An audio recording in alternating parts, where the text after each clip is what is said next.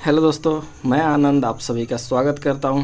कैसे हैं आप लोग? उम्मीद करता हूं अच्छे होंगे और अच्छे से आप लोग की पढ़ाई लिखाई चल रही होगी। दोस्तों, आज हम लोग भारतीय संविधान का एक महत्वपूर्ण टॉपिक लेकर आए हैं और इस टॉपिक की जो है आप लोगों के द्वारा जो है मांग भी काफ़ी अधिक की जा रही थी कि महत्वपूर्ण अनुच्छेदों को पढ़ाया जाए, है ना। तो आज मैं भारतीय संविधान के महत्वपूर्ण अनुच्छेदों को आपके सामने लेकर के आया। इसमें जो है 1 से लेकर के 395 तक जितने महत्वपूर्ण अनुच्छेद हैं सभी आपके सामने देखने को मिल जाएंगे और आपके एग्जाम में जो यही आते हैं। ठीक है, तो चलिए स्टार्ट करते हैं। देखिए, हमारे संविधान में 22 भाग हैं। कितने भाग हैं? 22 भाग हैं, मतलब कि एक अलग अलग भागों में अलग अलग अनुच्छेदों को व्यवस्थित किया गया है। तो ये 22 भाग हैं टोटल और अनुच्छेदों की संख्या टोटल 395 है और अनुसूचियों की संख्या कितनी है? 12 है।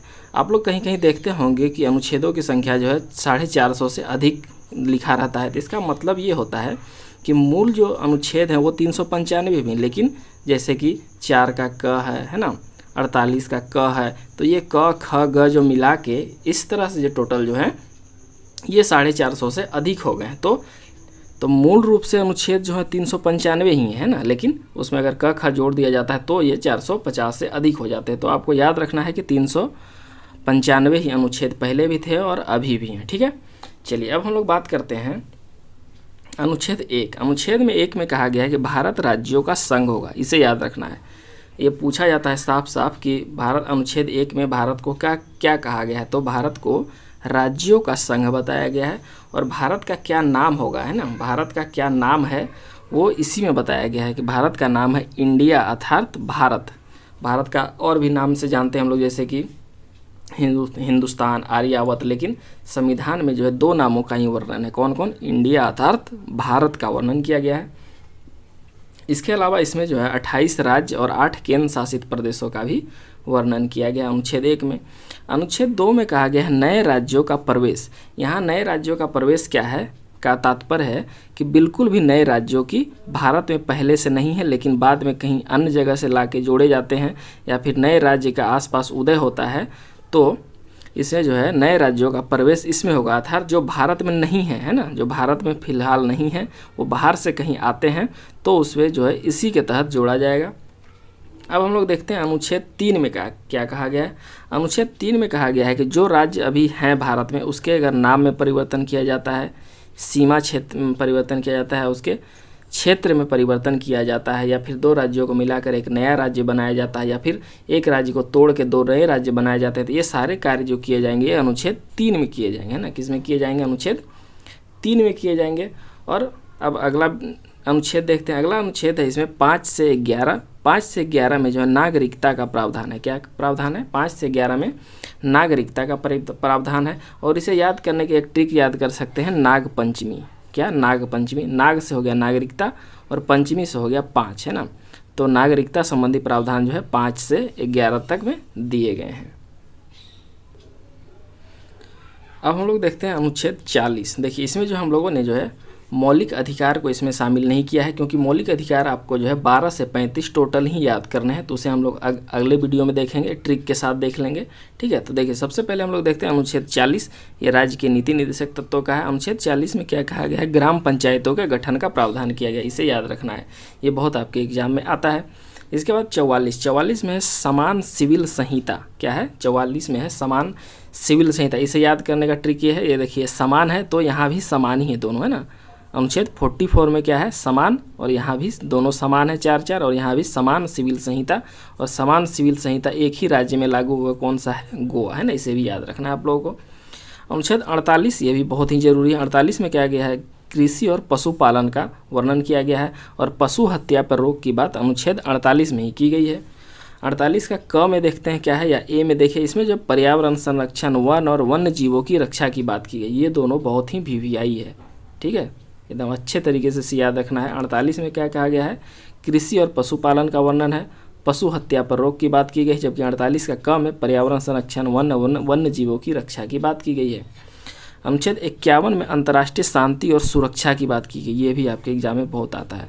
51 में क्या कहा गया है? अंतर्राष्ट्रीय शांति और सुरक्षा की बात की गई है, जबकि 51 का क में मौलिक कर्तव्यों का वर्णन किया गया है। 51 का क में मौलिक कर्तव्यों का वर्णन किया गया, जो कि 42वें संविधान संशोधन 1976 के तहत जोड़ा गया है ना।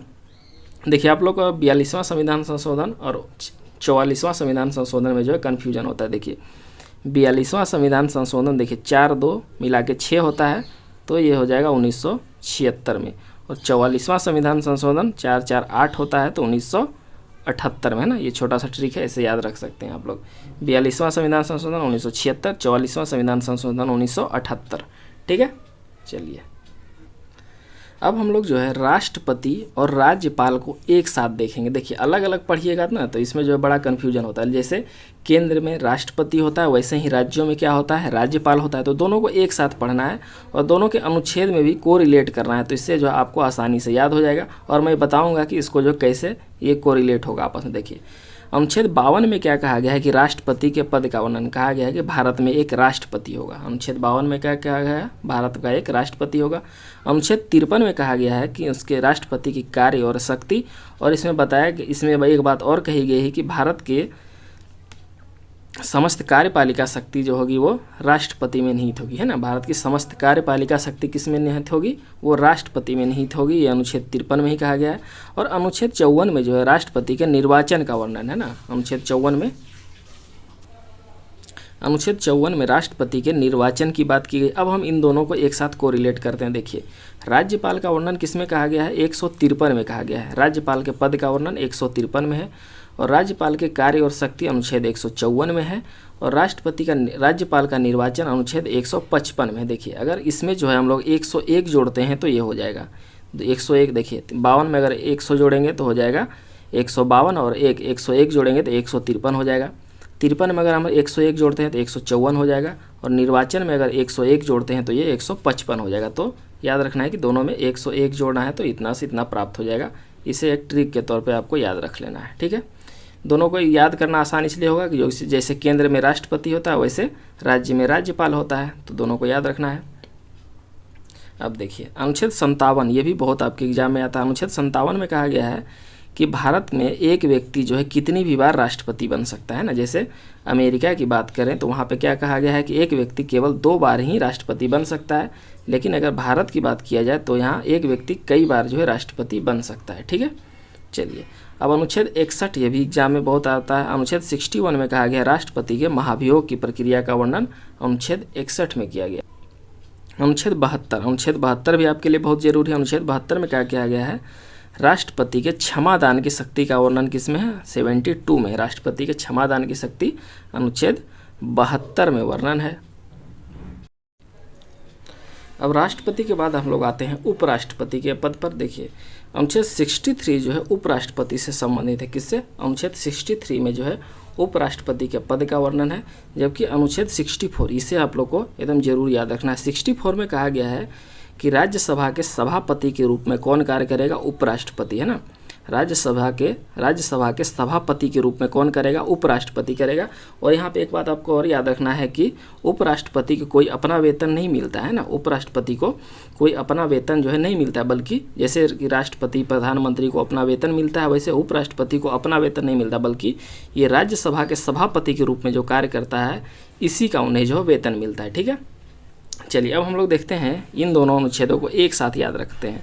ये जो एक साथ याद रखने से आसानी होगा। अनुच्छेद 123 में है अध्यादेश। किसका अध्यादेश, तो राष्ट्रपति के अध्यादेश जारी करने की शक्ति अनुच्छेद 123 में है। जबकि देखिए 123 में हम लोग 2 अंक को बदलते हैं। 123 1 2 को 2 1 अगर कर देते हैं तो 213 हो जाता है, और इसमें जो है राज्यपाल के अध्यादेश जारी करने की शक्ति है ना।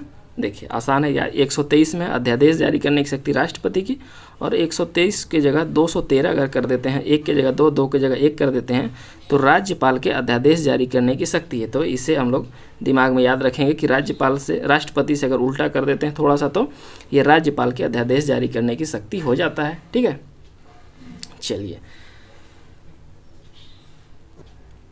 अब देखिए जैसे हम लोगों ने राष्ट्रपति और राज्यपाल एक साथ देखा था, वैसे ही हम लोग प्रधानमंत्री और मुख्यमंत्री को एक साथ देखेंगे, क्योंकि जैसे केंद्र में प्रधानमंत्री होता है वैसे ही राज्यों में मुख्यमंत्री होता है। ठीक है, तो इस प्रकार कोरिलेट करके पढ़ेंगे तो आसान होगा याद करें। और याद करने का यहाँ पे एक फॉर्मूला भी है, आसानी से दोनों का अनुच्छेद याद रहेगा। देखिए 74 में क्या कहा गया है, मंत्रिपरिषद का वर्णन है। क्या कहा गया है, 74 में 74 में मंत्रिपरिषद का वर्णन है। 75 में प्रधानमंत्री है। देखिए प से 75 होता है और प से प्रधानमंत्री भी होता है ना, तो दोनों को एक साथ याद रखना है। यहाँ पे 75 प से प्रधानमंत्री का वर्णन है, 76 में महान्यायवादी का वर्णन है। 76 में क्या है? महान्यायवादी का वर्णन। इन तीनों को एक साथ याद रखना है। अब देखिए इसी से रिलेटेड जो है मुख्यमंत्री में क्या क्या चीज़ें समान है। देखिए अनुच्छेद 163 में मंत्रिपरिषद का वर्णन है, जैसे यहाँ पे केंद्र में वैसे यहाँ पे राज्य में है। 164 में मुख्यमंत्री का वर्णन है और 165 में महाधिवक्ता, जैसे केंद्र में महान्यायवादी होता है वैसे ही राज्यों में महाधिवक्ता का पोस्ट होता है। अब देखिए इन दोनों में अनुच्छेदों को कैसे याद करना है। देखिए इसमें अगर -11 करते हैं तो इतना आ जाएगा। देखिए 74 में से अगर 1 माइनस करते हैं तो ये 63 हो जाता है ना, इसमें बस आगे 1 जोड़ना है। 75 में से अगर 11 घटाते हैं तो ये 64 हो जाएगा और 1 इसमें अलग से जोड़ना है बस। 76 में अगर 11 माइनस करते हैं तो ये 65 हो जाता है और इसमें 1 अलग से बस जोड़ना है, तो ये ठीक है। तो याद क्या करना है आप लोग, इसमें से जो है 11 माइनस करना है और 1 इधर लगा देना है अपने से, तो ये हो जाएगा। ऐसे याद करने में आपको आसानी होगी, ठीक है। चलिए दोस्तों, जैसे हम लोगों ने राष्ट्रपति और राज्यपाल को देखा, मुख्यमंत्री और प्रधानमंत्री को देखा, वैसे ही हम लोग जो है केंद्र और राज्यों में जो संसद होता है उसे एक साथ देखेंगे। जैसे देखिए दोनों को कोरिलेट करके आसानी से याद कर लेंगे। यहाँ पे केंद्र में और राज्य में, देखिए केंद्र में क्या होता है? संसद होता है ना, और राज्यों में क्या होता है? विधानमंडल होता है।